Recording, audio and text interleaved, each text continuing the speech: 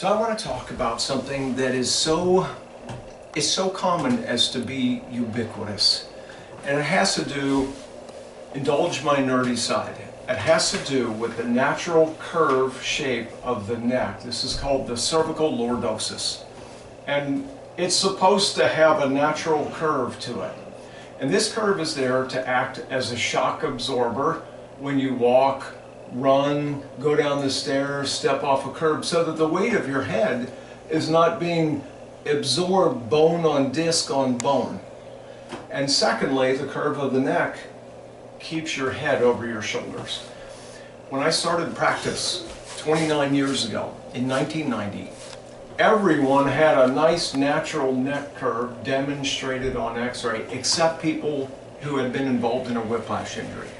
Fast forward 29 years of daily, constant cell phone use, computer use. It's no coincidence I started practice the same year cell phones hit the market, and everybody started engaging excessively in so much neck flexion that also, fast forward 29 years, I almost never see on x-ray a natural neck curve. Virtually everyone, regardless of having had injury or not, has straightening of the cervical spine.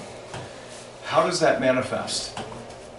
One, those people will say, oh yeah, my neck and upper back, they're always really tight. Because if your head is over your shoulders, it doesn't take much weight, much work to keep this weight here.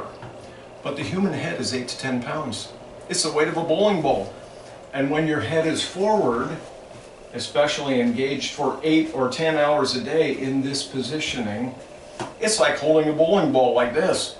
You know that within 2 minutes you go, oh my gosh, my shoulder, my wrist, my fingers, they're getting overworked.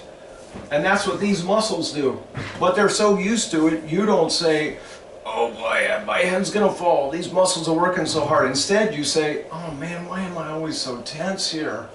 Oh, I need a massage. So we want to restore the neck curve. Because one, we don't want to have these muscles constantly working. But two, when you are absorbing this weight, bone on disc on bone, we know that leads to early arthritis. We don't think it does, we know it does. So getting the curve back in the neck is critical to ease neck and upper back pain, but also to slow, prevent, and to some extent even turn around degenerative change of the neck. So this is the #1 most common thing that I dispense, and I'm going to show you how to use it. We would call this a cervical extension wedge. I have 3 different varieties of this. This is the one I most commonly have dispensed. So it's got a vertical side, an angled side. The vertical side rests against the shoulders. Your head lies on the divot while you're lying on your back, knees bent. I prefer that this is done on a floor, carpeted floor, yoga mat, etc., but not in bed. So it looks like this. You lie on your back on the floor with your head on the divot. Notice vertical side is brought all the way down to the shoulders. It can't go any farther. And you lie back. Also, make sure the knees are bent. While here, I like to put the arms out to the sides because this is also conducive to good posture by alleviating the tension we all carry here.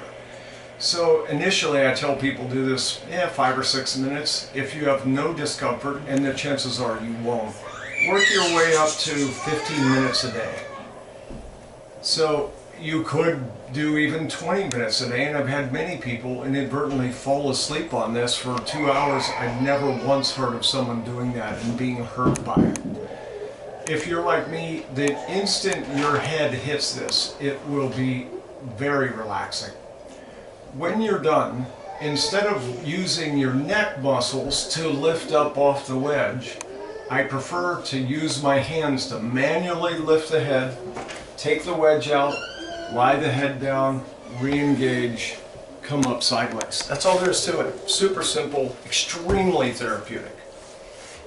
Try it.